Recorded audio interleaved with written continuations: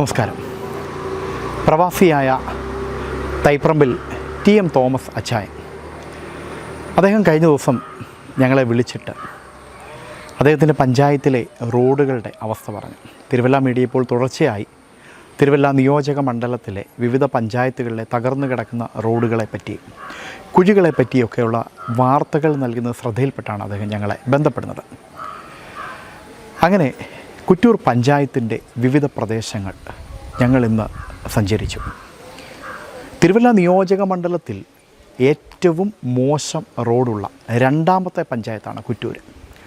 അപ്പോൾ നിങ്ങൾ ചിന്തിക്കും ആദ്യത്തെ പഞ്ചായത്ത് ഏതാണെന്ന്. അത് ആനിക്കാടാണ്. ആനിക്കാട് കഴിഞ്ഞാൽ രണ്ടാം സ്ഥാനം കുറ്റൂരിനാണ്. ഈ രണ്ട് പഞ്ചായത്തുകൾ തമ്മിലിപ്പോൾ പരസ്പരം മത്സരിച്ചു കൊണ്ടിരിക്കുകയാണ് ഏതാണ് ഏറ്റവും മോശം റോഡുകളുള്ള പഞ്ചായത്തെന്ന്. കുറ്റൂർ പഞ്ചായത്തിലെ റോഡുകളുടെ അവസ്ഥ വളരെ മോശമാണ്. കല്ലൂർ കുളത്തു നിന്ന് ആനയാർ വഴി കല്ലിശ്ശേരിയിലേക്ക് എത്തുന്ന റോഡൊന്ന് കാണണം. തകർന്നു കിടക്കുകയാണ്.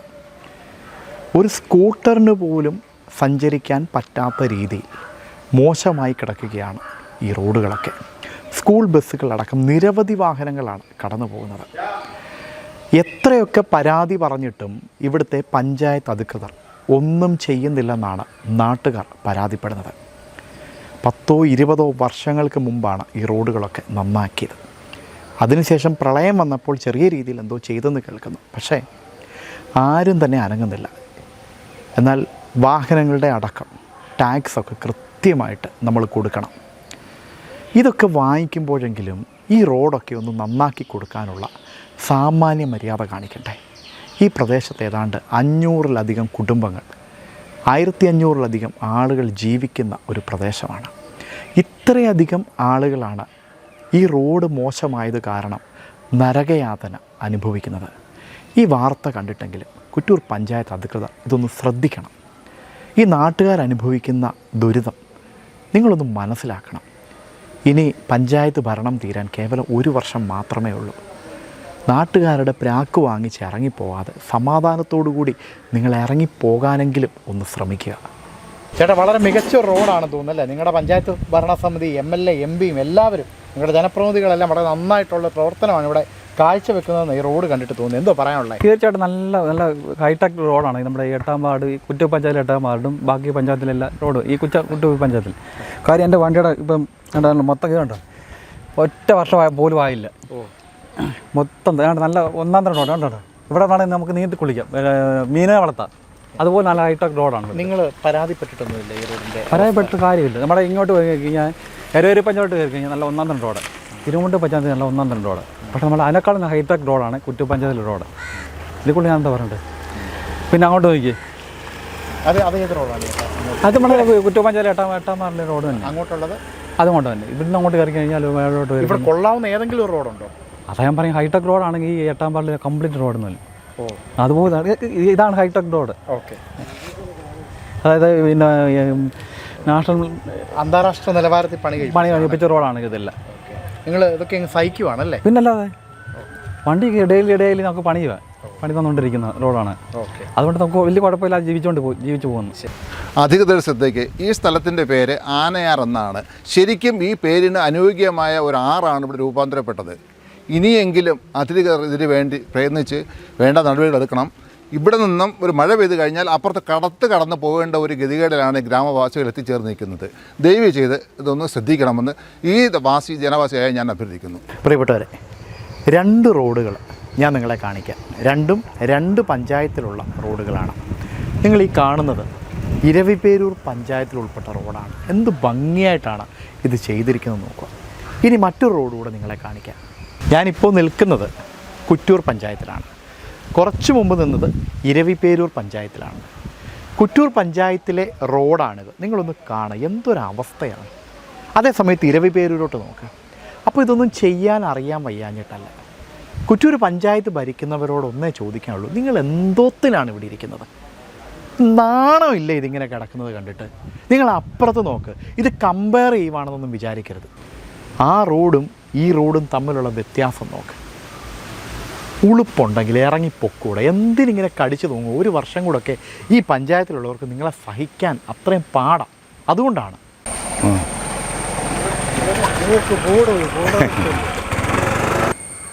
നമ്മുടെ റോഡിൻ്റെ ശോചനീയ അവസ്ഥ എന്ന് പറയുന്നതിന് വേണ്ടിയാണ് ഇവിടെ നിൽക്കുന്നത്. ഇപ്പോൾ ഞാൻ നിൽക്കുന്നത് നമ്മുടെ ആനയാർ ജംഗ്ഷനിലാണ്.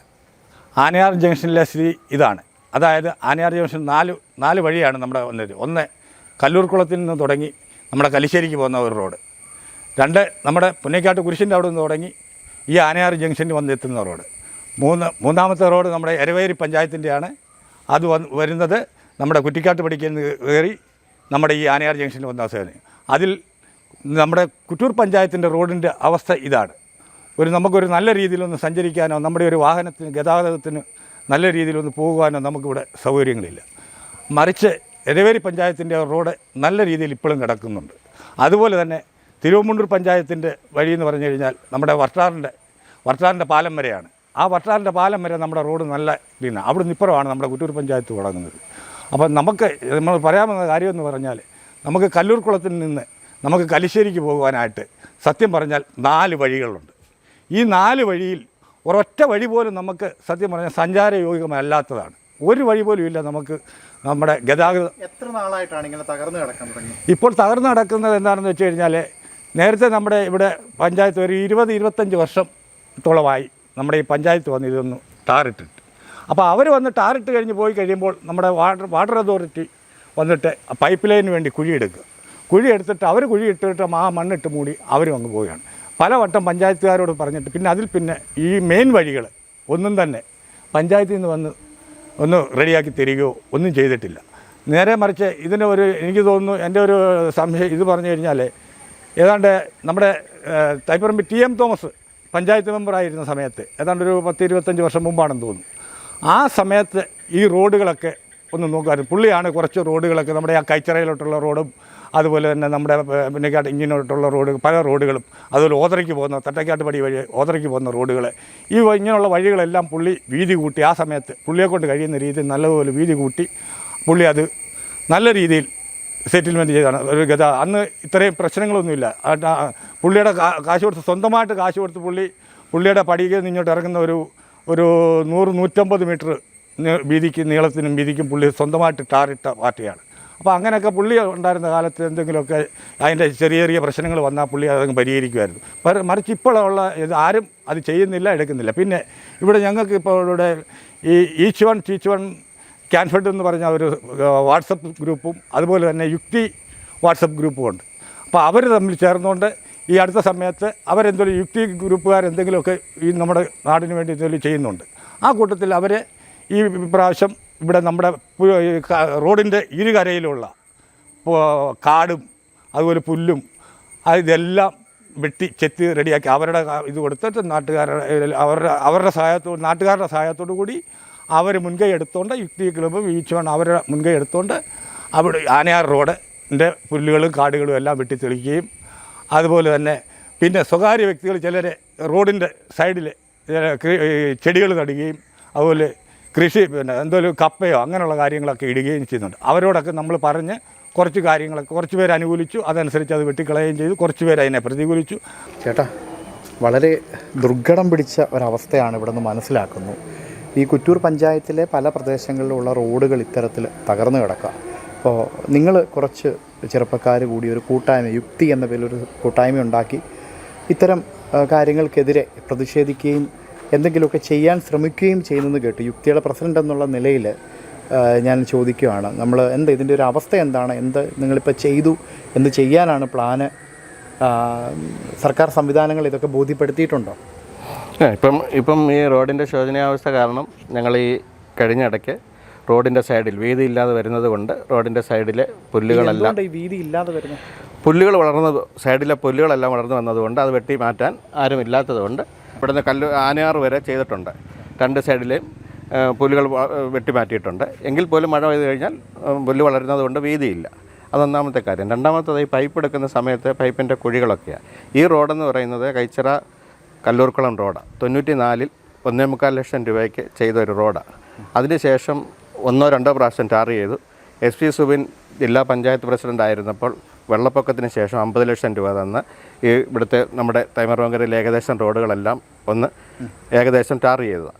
അതിനുശേഷം പൈപ്പ് എടുക്കുന്ന കുഴികളോടുകൂടി പിന്നെ എല്ലാം കുഴിയായി മാറിയിരിക്കുകയാണ്. അതുകൊണ്ട് ഒരു റോഡ് പോലും PWD റോഡിലോട്ട് കയറുവാനുള്ളൊരു നല്ല റോഡില്ല. അത് അതിനുള്ള അധികാരികൾ MLA MP പഞ്ചായത്തോ ആരാണെന്ന് വെച്ചാൽ ഇടപെട്ട് ജനങ്ങൾക്ക് PWD റോഡുമായിട്ട് ബന്ധപ്പെട്ട് ഒരു റോഡ് ഉണ്ടാകാനുള്ള ക്രമീകരണം ചെയ്യണം.